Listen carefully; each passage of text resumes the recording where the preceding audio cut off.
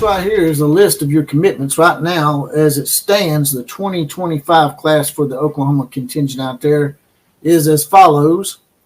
Y'all got a lot of 4 stars, it seems, right here committed already. From Alex Shield Knight, Cortland Goley, Elijah Thomas, Grayson Harrison, Kevin Speary at quarterback, and so on and so forth. But the 2025 rankings as of right now, this is still early, so don't get your panties up in a tizzy and think that your team either sucks or that your team is overachieving, because this can change, especially with this much time. Just ask USC what happened to them. They had a ranking where they were in the top 5, and then they ended up dropping out of the top 20. And Oklahoma ended up passing them after they made fun of Oklahoma. But right now, as it stands, they got Notre Dame ranked number 1, Ohio State number 2, Oklahoma number 3, LSU number 4, USC number 5, Texas A&M number 6, Syracuse number 7, Clemson number 8, Penn State number 9, number 10 is Auburn, number 11 is Alabama, number 12 is Texas. That's the top 12. I think that will definitely change. I think you'll see some teams drop out. Definitely Syracuse. Notre Dame will definitely not keep the number 1 ranking. Notre Dame will probably drop down to about 7th or 8th before this is all said and done. If you even scroll even further down here, they got Wake Forest at number 14. That right there tells you this is way too early to get hyped about.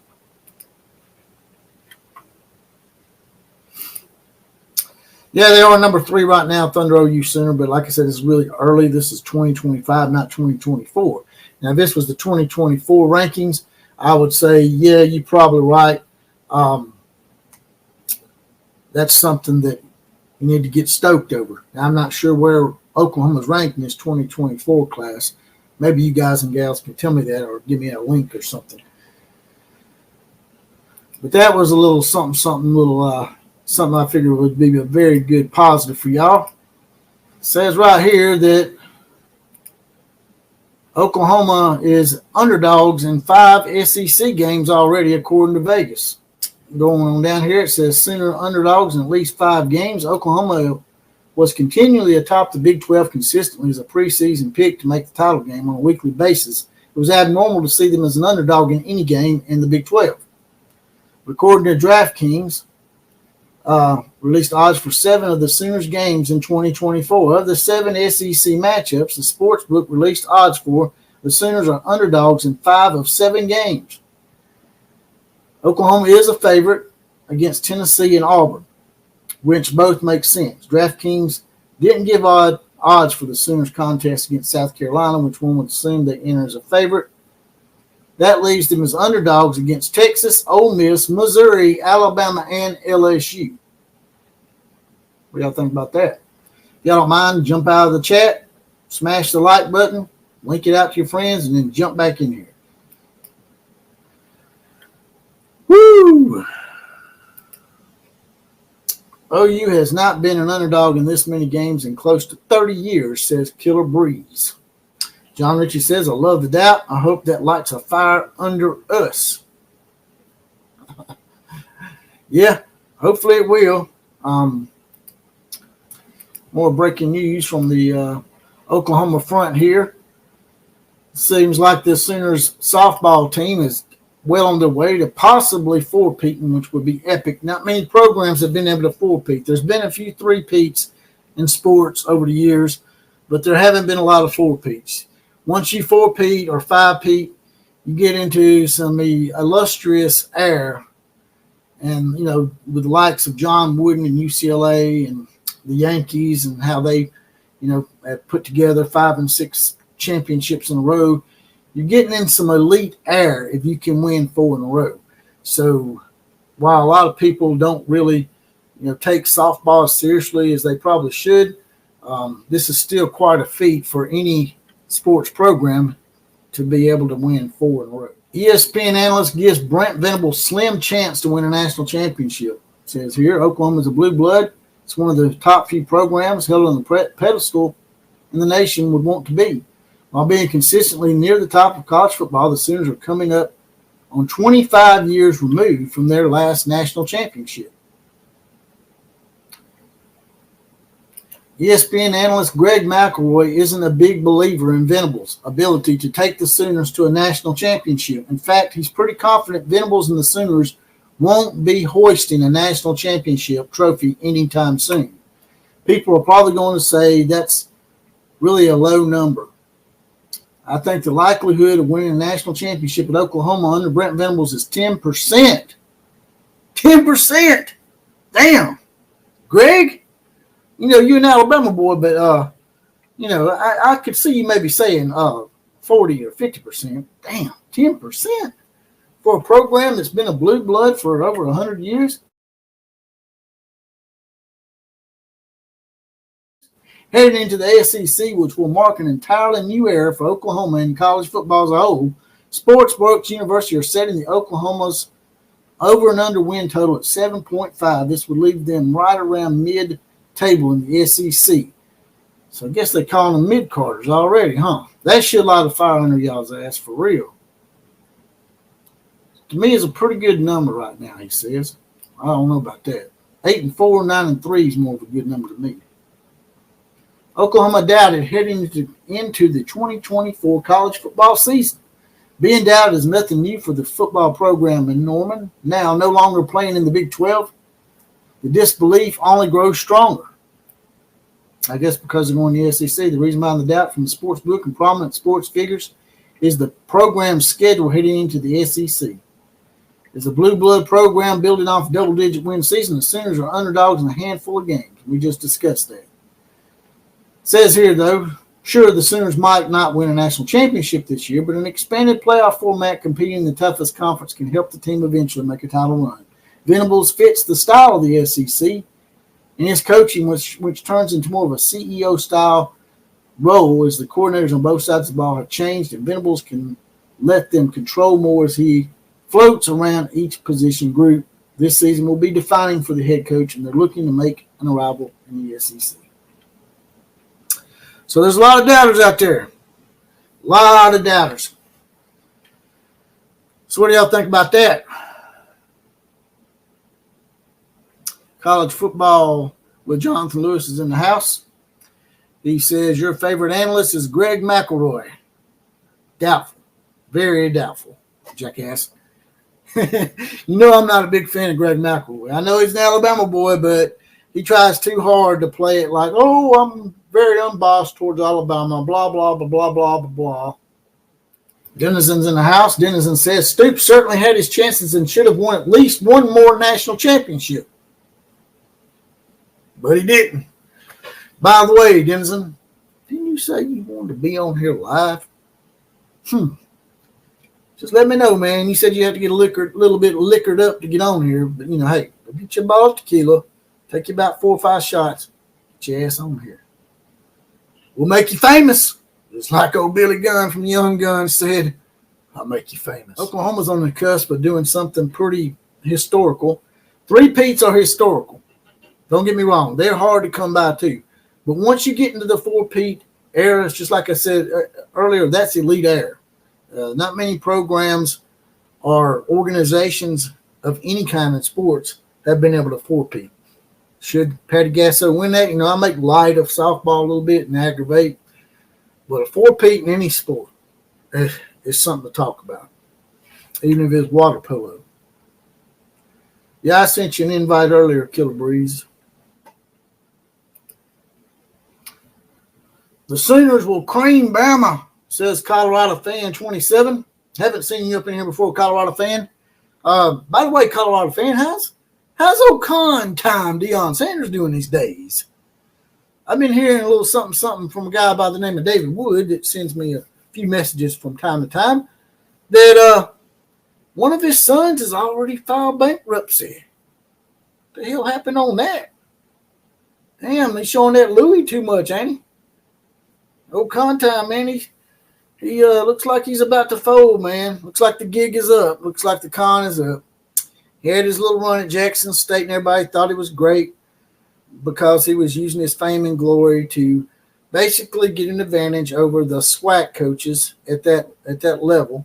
But now that Deion is on a level where everybody else is just as good, if not better, at recruiting, Deion is starting to fade. He's already went 4-8. The worst thing could have happened to y'all was him starting 3-0, because all it did was mask the fact that he is not a head coach. He's just a sideshow. He's a circus act. He's an ass clown. Ass clown. I see. That's right. That's right. Old Deion Sanders is an ass clown.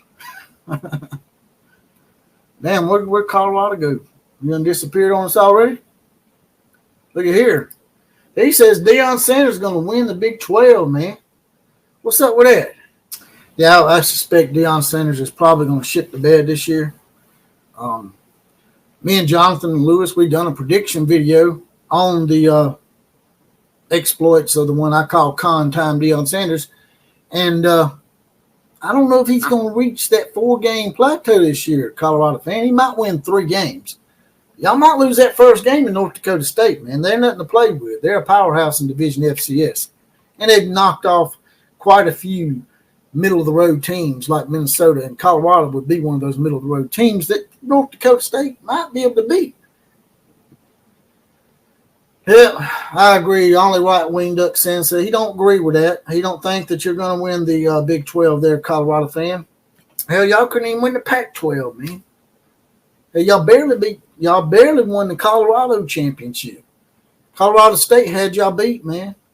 I think y'all just need to go ahead and cut your losses on this whole circus act. I mean, it was a good little experiment, but it looks like it's not going to work out. Thunder OU Center says, would Deion Sanders get fired next year? I tell you what, if he wasn't anywhere else, he probably would. But because he's in the state of Colorado, where their expectations ain't quite as high, and the fact that they only won 1 game the year before he came, so he'll be like, well, I did more than double. I quadrupled your win total. Y'all only had 1 win, so y'all got 4 wins now. That's great. No, it's not. If Colorado doesn't win at least 7 games this year, if I was Colorado, I'd fire his ass. Especially all the stink he's been making and all the embarrassment he's caused in the national media with some of the stupid shit he's been saying. I'd like to see Colorado become competitive again like they were under, who was that, Bill McCartney? I used to like Bill McCartney. I used to love Bill McCartney. He was a good coach. Who cares about USC? Hell, everybody beat USC, man.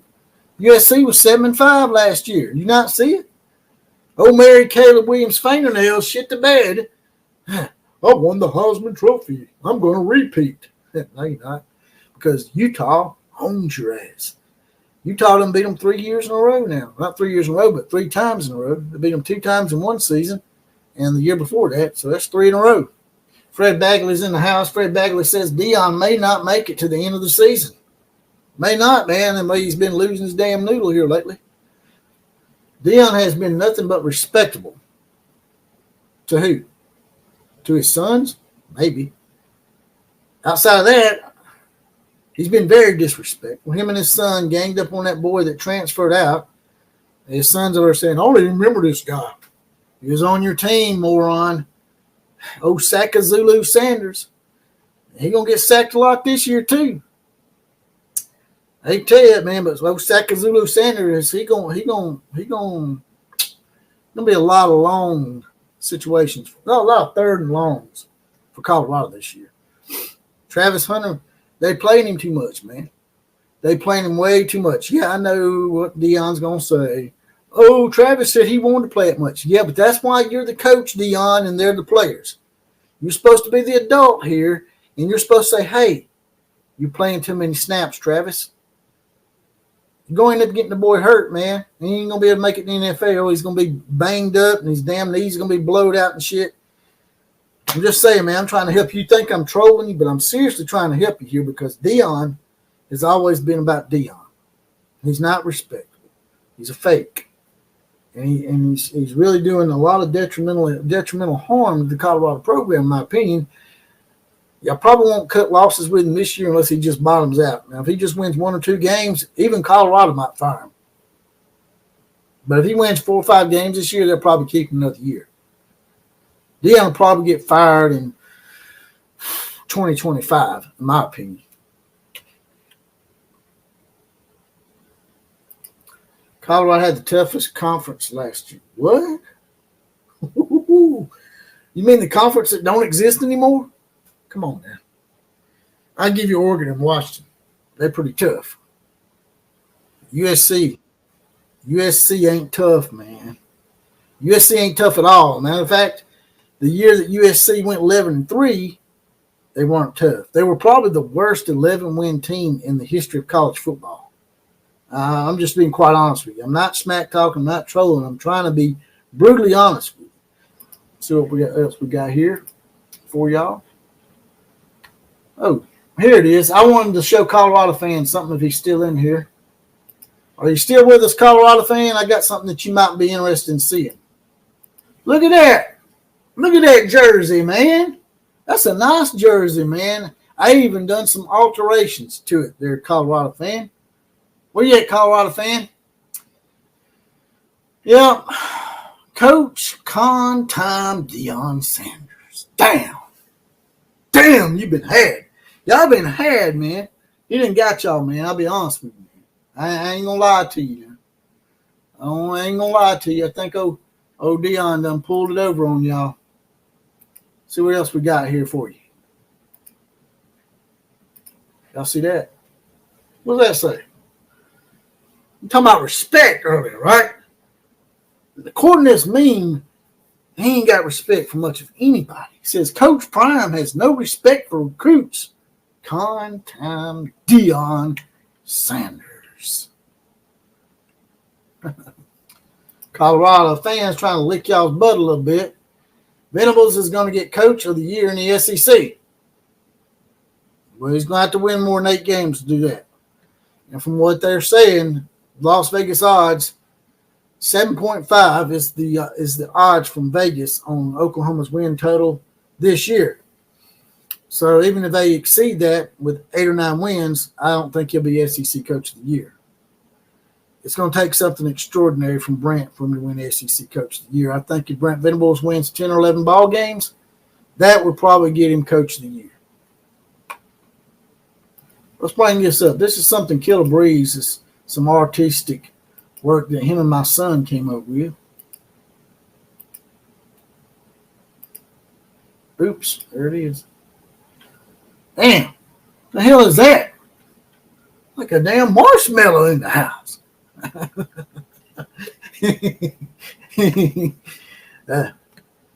Wasn't me that done it now. Y'all can't blame me. Killer Breeze gave him the nickname, and my son just done the art. So there you go. Not my fault, man. Just like the Brothers Osborne show, the Brothers Osborne song says, it's not my fault. It's not my fault, man. I didn't do it. What else we got here? Oops, there's another one. Damn, the hell is that? Look like an ass clown. Doesn't I look like an ass clown to y'all? He'll really like this shit. He'll get a dig out of this. He'll really like that, huh? Oh, ass clown marshmallow. Damn, JJ. He's still licking up on Mary Kayla Williams' fingernails ass. He keeps talking about how he's a great guy. He's a blah, blah, blah, blah, blah, stand up, fingernail painting transgender wannabe. I collected Hot Wheels when I was younger. I had a bunch of them. I gave them away to my little cousin, and he just tore them up, man. I kept them in pristine condition. Wish I'd saved them. I could have passed them on to my son and my grandson, but you know, I've had this Back to the Future, the DeLorean up here for quite some time, but now I got the Batmobile. So I'm going to go and try to get Hot Wheels of famous movies and that kind of shit. Y'all got any suggestions? How'd y'all like the thumbnail? That's from The Greatest American Hero. It's an old TV show back in the day. It was like the Benny Hill version, if y'all remember Benny Hill. I'm showing my age now. Since a lot of y'all ain't old enough to remember who Benny Hill was, it'd be like the Superman version of Jackass, the show. He was He was a bumbling idiot that somehow always come out on top, sort of like Inspector Gadget or some shit. Kid from Knight Rider, huh? I didn't think about that one. That's a damn good one. It's a damn good one, John. I'm definitely going to have to get me a Knight Rider Hot Wheel. I'd like to get me one of them B.J. McKay. Y'all watch B.J. McKay and his best friend Bear. If you haven't, y'all can go back. The great thing about today's internet and YouTube, you can go back and watch some of these old series that you normally wouldn't have been able to watch in the early 2000s and 90s. There used to be a show called B.J. McKay and his best friend Bear. This truck driver drove around with a freaking monkey in the cab. But I'd like to get his transfer truck as a Hot Wheel. I always wondered, did BJ, when the monkey was bad, did BJ spank his monkey? Yes, Benny Hill was a effing riot. You're right. By the way, you'll see people in here with their badges. Denizen, Fred Bagley in the house. Killer Breeze, if you want to get your badge like them and get deputized and be on the podcast as a random Four Horsemen shout out, as well as possibly be the comment of the day, it's not but $2.99 a month. Just 75 cents a week. It's just a half a bottle of water for the outlaw. It's a little join button next to the subscribe button on the actual channel. Two different things. Subscribing's free. Joining, like I said, $2.99. You get your badge, you get deputized. You be in the outlaw posse. Yes, that's another one. Smokey and the Bandit Trans Am. Definitely need to get that one. Maybe Herbie and the Love Bug too. What do you think? Hey, give me a little Herbie and the Love Bug. I don't know if that one's too PG for me or not. Benny Hill wasn't on one. Benny Hill was like soft porn for me. I used to like it when you pat that old man on the head, man. You go up to that man, like, pat his ass on the damn head. But my favorite thing in the whole show was, because I was coming of age, I was like 11 or 12 years old. He'd take that one of them damn umbrellas and pull that girl's skirt up and you see her panties. I was like, oh shit. And that was Benny Hill and Wonder Woman and Daisy Duke. They were some of my early days of coming of age. Coming of age. That's good enough. That's PG, right? Maybe PG had me on the show and I can say that.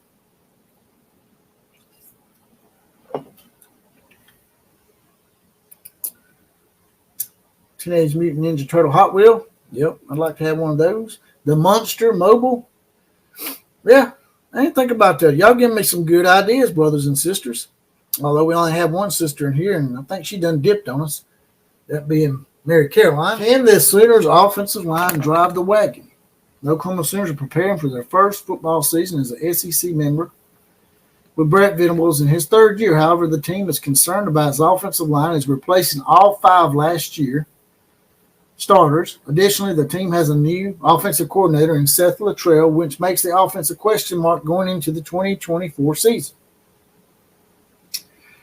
Reports suggest the Oklahoma Sooners offensive line faces some challenges in selecting proper personnel.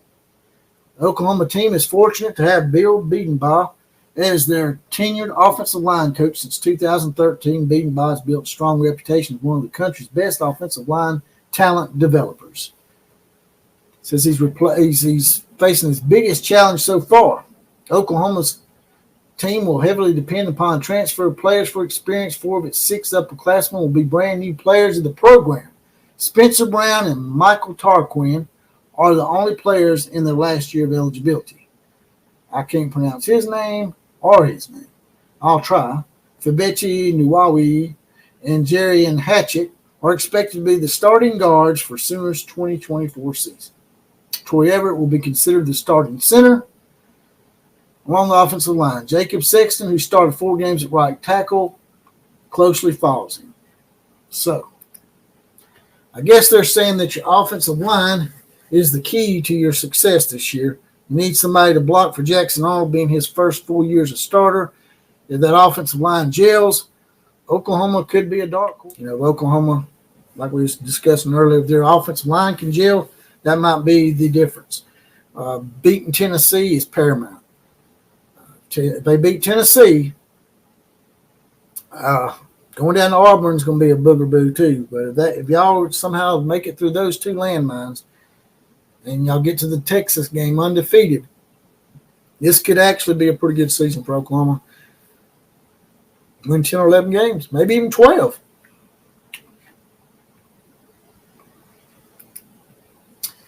Outlaw, who stays healthy, will have a big leg up this year. Injuries will be a big key. Yeah, injuries are always a big key, brother. Tell y'all, I really appreciate the support that I've been getting for this channel here lately. Been getting a lot of new subscribers, and there've been a lot of great donations to the program, and I appreciate the hell out of y'all. And with that, before I go, we'll leave with Thunder OU Center saying beating Mid-Poo is also very important for OU. Yeah, Mid-Poo has been talking a lot of smack, so y'all need to beat Mid-Poo. Y'all need to beat them down. But to me, I think Missouri is probably a dark horse to contend for the SEC title, to be quite honest with you. And with that, I'm out of here. Like, share, comment, and subscribe to the channel. Share me out to all your friends, KMCA, to all the other teams. Class is now officially dismissed.